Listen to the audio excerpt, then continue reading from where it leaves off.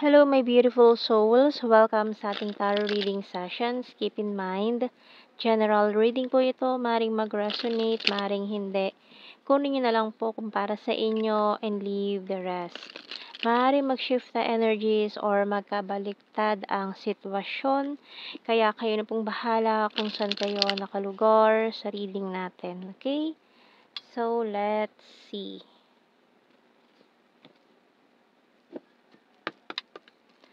Okay, we have the Ace of Pentacles and the Temperance. Ooh, ito yung hinihintay mong stability. Ayan, Ace of Pentacles, Temperance. So, mukhang magandang opportunity itong paparating sa'yo na matagal mong hinihintay na minamanifest mo ngayon. So, we also have here the King of Swords,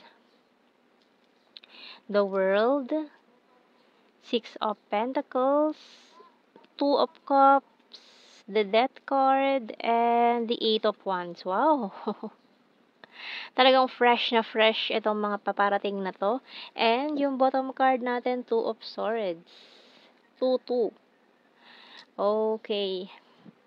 Pero tingnan muna natin sa signs and symbol cards. Promising tong reading na to ha, sa mga cards natin. Especially dito sa Eight of Wands natin, talagang may mga bubuhos na nabiyaya sa iyo ngayon. So we have here this, wow, new good news. Newspaper, healing crystal, open book, the snake, and perfume.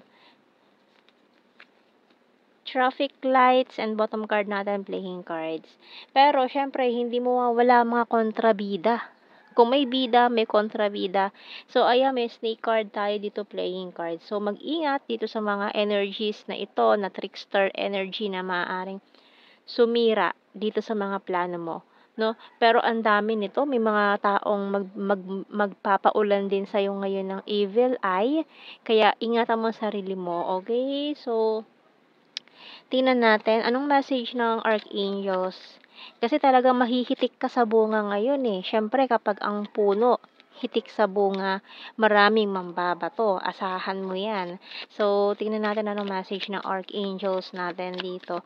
Kasi talagang bubuhos ang biyaya sa'yo ngayon. Talagang maraming maiinggit. Ayan, di may iwasan yan. So, we have here clear audience by Archangel Zadkiel. Notice the loving guidance you hear inside your mind or from other people. So, keep your, yung mga pinagkakatiwalaan mo. Ayan. So, i-keep mo muna sa sarili mo itong mga plano mo, wag mo munang ipagkalat or sabihin kahit kanino. Keep it a secret na lang muna. Kasi baka mamaya yung pinagsasabihan mo, malakas pala ang usog. Ayan, di ba? Hindi matuloy. So, i-keep mo muna sa sarili mo itong mga plano mo.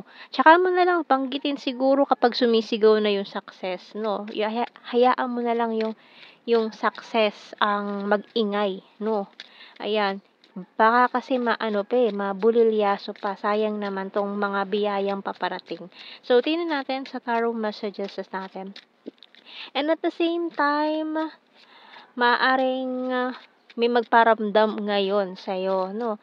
So, maaaring itong paparamdam na to is pwedeng new person, maaaring makilala mo sa work, and may isa tayong energy dito na undecided. So, maaaring this person is still exploring their options. Kaya mag-ingat ka rin dito sa taong ito na bagong makikilala mo, no? Kasi maaaring opportunista din to or gamitin ka niya or ang tingin niya sa'yo ay parang katunggali, ganyan. So, gusto niya rin maagaw siguro yung mga opportunities na paparating sa'yo. Ayan, so mag-ingat dito sa taong ito. Maaring ipakita niya sa'yo na gusto ka niya, interesado siya, pero may mga hidden agenda. Okay, so we have here, you complete me. I want you back. Oh, may energy ng past. I want you back. No? So, we have here, you're my happy pill. So, pwede nga rin na itong taong from the past na pinaglaruan ka noon, ayan, na galing din siya sa snake energy dito, backstab, backstabber, mga ganyang energy. Kasi may open book pa tayo dito. Nako, mukhang isa to sa mga hindi mo pa totally naku-close na chapter ng buhay mo. Maaaring itong taong ito ay yung dahilan kung bakit ka nag-heal from your past experiences or bad experiences. So, oh. This is not over yet. So, talagang magtatagpo kayo nitong taon 'to. Maaaring unfinished business 'to, ha, na itong taong 'to is galing from the past, unfinished business. So, puwedeng naging kayo, puwedeng hindi. Ayan, maaaring naging ka-work mo 'to. Ang lakas ng energy na itong taong 'to galing sa workplace mo, eh. Ayan, so maaaring itong taong 'to isa sa mga nanligaw sa'yo or isa sa mga niligawan mo before, pero hindi kayo nag-workout or hindi kayo nagkaroon ng relationship. So, we also have here, ayan, you're the fairest of them all. I miss you so much. I hate my pride and ego. I want to marry you someday. Ay. Bottom card. Uy, you're my twin flame. So, mari ayan, twin flame energy na naman tayo. Ayaw ko na nga magbanggit sana ng mga ganyan ngayon. Pero, lumabas talaga siya eh. Although, we have here the, ayan, two of cups energy natin dito. Maring partnership. Ayan. So, maring naghihintay-hintay itong taong to ng pagkakataon na malapitan ka ulit. So, tingnan natin. More messages. Ayan. The hidden truth. I want to feel that way again. Oy. So, namimiss niya yung feeling na magkasama kayo noon. Ayan, just being near you is intoxicating. Pero naging toxic lang kasi ang tingin niya sa'yo is katunggali, no? More on, na-insecure siguro siya dahil mas maayos yung, yung takbo ng career mo kaysa sa kanya. Maaaring nainggit siya, na-insecure, kasi parang ginagawa naman niya yung best niya pero laging ikaw yung mas maganda ang nagiging outcome, no? Parang nagkaroon siya ng inggit pero gusto ka nitong taong ito na gusto niya yata sigurong ayusin yan, no? So, tingnan natin to. We need to let each other go.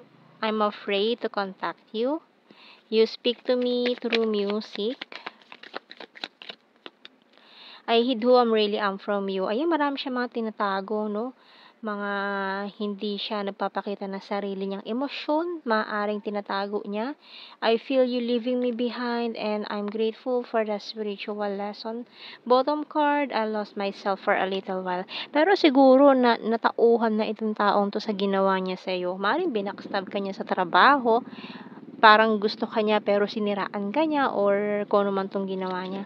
So, kuha tayo ng initials dito. Pero ngayon parang nagsisi na siya sa ginawa niya, mas nanaig sa kanya ngayon yung pagkagusto niya sa'yo. Parang ngayon humahanga na talaga siya totally kasi ang galing mo daw, na nagawa mo yon lahat, 'no? Pero siya nahihirapan siya na abutin 'tong mga goals na 'to. So, ngayon parang gusto na lang niyang, lumaban ng patas sa'yo, ganyan. Tingnan natin. We have letter N, E, Z, U. Letter B, Q, C. Bottom card, letter A. Ayan. And let's see sa ating blue card. Ayan, kuha tayo ng blue card. So, we have here true love. Oh, siguro na-realize niya, true love ka niya talaga. So, ayaw na niya makipagtunggali sa'yo. Ayan. Kasi kinalaban ka nitong taong to eh. We have here all strings attached and destiny. Hoy. Nako, yan ang destiny. Pinaglalaruan na naman kayo. So, tingnan natin. General signs and messages tayo. We have here responsible, lake, need more signs. So, siguro, ayaw mo na yung partner mo is very competitive sa'yo, no? Imbis na gawin kanyang, tawag doon, kakampi, parang ang dating is naging kalaban mo siya, ganun. So, imbis na magtulungan na lang sana kayo, is, ang tingin niya is naging, kalaban ka niya. So, we have here divine masculine, kasi masyado mo daw ginalingan eh, yan. Selfie-holic, number 7, emotional, ayan, popular. Number 5, nature lover, Visayas, skin tag, July, Sagittarius, Divine Feminine. Cup is water sign, Cancer, Scorpio, Pisces. Confusing, amazing, Aries. Air sign, Gemini, Libra, Aquarius.